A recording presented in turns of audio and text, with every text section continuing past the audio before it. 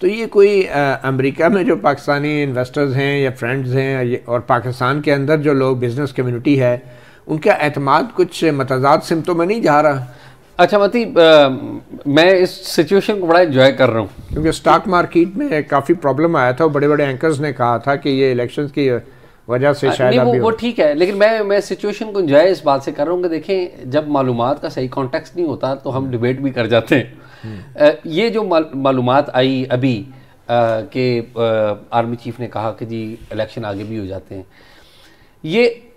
15 دسمبر کی تقریب ہے، اور آپ کو پتہ ہے پاکستان اور امریکہ کا جو ٹائم ڈفرینس ہے، جس وقت آرمی چیف پاکستانی کمیونٹی سے وہاں پر بات چیت کر رہے تھے تو وہاں پر یہ بات آئی اور کسی کے سوال کے جواب میں انہوں نے یہ کہا. میں اس لیے آپ کو بات کرا رہا ہوں کہ میں نے اس کے اوپر پاکستانی کمیونٹی کے مختلف لوگوں سے بات کی تھی وہاں پہ کہ کیا کیا باتیں ہوئی ہیں، اور میں ظاہر ہے جو وہاں پر موجود تھے. تو یہ 15 دسمبر کا واقعہ ہے، جمعے کا دن بنتا ہے پاکستان میں،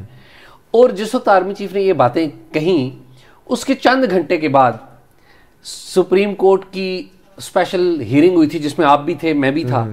اور یہ چند گھنٹے بعد میں سپریم کورٹ نے آرڈر کر دیا کہ آج ہی شیڈول جاری کریں. اب دیکھیں نا یہ فرق کتنا بڑا آ گیا کہ آرمی چیف نے ادھر اپنے ٹائم زون میں کیا بات کی، وہ یہ بات کی کہ جی ٹائم آگے پیچھے بھی ہو سکتا ہے، چند لمحے آگے بھی جا سکتا ہے، لیکن اس کے بعد سپریم کورٹ آف پاکستان کا ایک آرڈر آ گیا. اب اس آرڈر آنے کے بعد 5 دن بعد ایک خبر آ گئی اور ہم سارے لوگ وہاں پر ڈیبیٹ کر رہے ہیں اس پوری کانٹیکسٹ کو جانے بغیر. ایک بات. دوسری بات یہ ہے 8 فروری کی تاریخ بہت پہلے آ چکی تھی، 15 کو صرف شیڈول کا، 15 کو تو ایک جیسے کہتے ہیں نا مور لگ گئی نا کہ انہوں نے کہا جی آج ہی شیڈول جاری کریں، آج شیڈول جاری ہو گیا، ٹھیک ہے نا. تو اس پہ تو کوئی ابہام نہیں رہا، وہ ابہام اپنی جگہ ختم ہو گیا. پھر 5 دن کے بعد اس وہ ارم عباسی ہیں ہماری ساتھی، انہوں نے انٹرویو کر دیا 5 دن کے بعد. اب اس بات میں اس بات کو کانٹیکسچوائز کرنا بڑا ضروری ہے کہ وہ کس تاریخ کو ہوا تھا، کس ٹائم پہ ہوا تھا، پاکستان میں کیا ہوا. ایک بات تو میرے خیال میں مجھے نہیں ابہام کہ الیکشن کوئی آگے ہوں گے، میں سمجھتا ہوں کہ یہ الیکشن اسی وقت کے اوپر ہوں گے. ان کا جی لاجسٹکلی کچھ آگے پیچھے ہو سکتے ہیں، سینٹ کے الیکشن سے پہلے ہوں گے. دیکھیں مجھے نہیں پتا، لیکن میں تو آپ کو کانٹیکسچوائز کر دیا کہ ٹائم انہوں نے کس وقت کہا، یہ سپریم کورٹ کا آرڈر کس وقت آیا. ایک بات. دوسری بات یہ ہے کہ یہ لوگ جو ہیں، ہم لوگ کہتے ہیں کہ ملٹری کو پالیٹکس میں نہیں ہونا چاہیے اور یہ نہیں ہونا چاہیے، اور پھر ہم انہی کو گھسیٹتے ہیں کہ جی الیکشن کب ہوں گے. ٹھیک ہے، یہ کچھ تھوڑا سا ہمیں بھی اپنے اوپر کنٹرول کرنا چاہیے کہ ٹھیک ہے ہماری ہسٹری تو یہی ہے کہ یہ اسٹیبلشمنٹ ہماری انوالو ہوتی رہی ہے. لیکن اعزاز سے صاحب پہلے آپ ہی تجزیہ کرتے رہے کہ شاید ہوں گے ہی نہیں، اور یہاں پہ جو تاجروں سے خطاب کرتے رہے آرمی چیف، اس سے جو خبریں نکلتی رہی ہیں آپ ہی بتاتے تھے کہ وہ لگتا ہے کہ اتنے جلدی الیکشن نہیں ہونے والے. دیکھیں بات یہ ہے کہ ہم تو معلومات کی بنیاد پہ بات کرتے ہیں نا کہ فلاں جگہ سے یہ معلومات آ رہی ہے. بات یہ ہے کہ کیا ہم جا کے سوال پوچھتے ہیں کہ جی یہ الیکشن ہو رہے ہیں یا نہیں ہو رہے.